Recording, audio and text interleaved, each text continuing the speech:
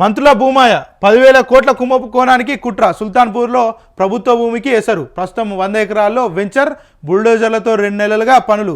Venture చుట్టూ భారీ ప్రహారీ నిర్మాణం. రద్దయిన ఓఆర్సీ పట్టాలతో దరఖాస్తులు. పట్టాలు మంజూరు చేస్తున్న అధికారులు. 2 కీలక మంత్రుల భాగస్వామ్యం. గతంలో నమస్తే తెలంగాణ ప్రశ్నిస్తే తూతు మంత్రంగా కూల్చివేతలు. ఇక 400 ఎకరాలపై 2 మంత్రులు అయితే కండేసినట్టు చూడొచ్చు. అంటే సుమారు 10,000 కోట్ల కుంభకోణానికి ప్రయత్నిస్తున్నారు.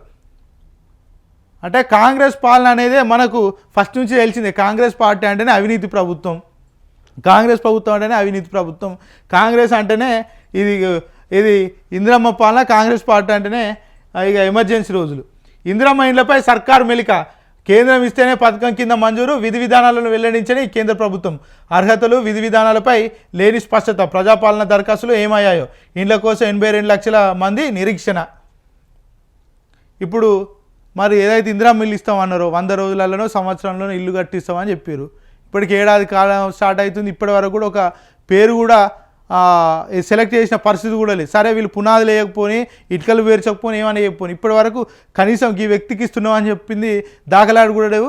మళ్ళీ ఏదో ఫోన్ యాప్ రిలీజ్ చేస్తారట. మరి ఇంట్లో ఉన్నటువంటి వృద్ధురాలు ఉంటారు, 40 ఏళ్ళు 50 ఏళ్ళు, వాళ్ళ ఫోన్లు వాడరాదు, వాళ్ళకి అప్లికేషన్ యూజ్ చేయరాదు. వాళ్ళ పరిస్థితి ఏంది? వాళ్ళ పరిస్థితి ఏంది? ఈరోజు మొబైల్ అప్లికేషన్ యూజ్ చేయడానికి ఇది ఓపెనింగ్ కార్యక్రమం పెడతారు. మళ్ళీ అది ఇప్పుడు కాదు, ఎప్పుడు ఫిబ్రవరి స్టార్ట్ చేస్తారట.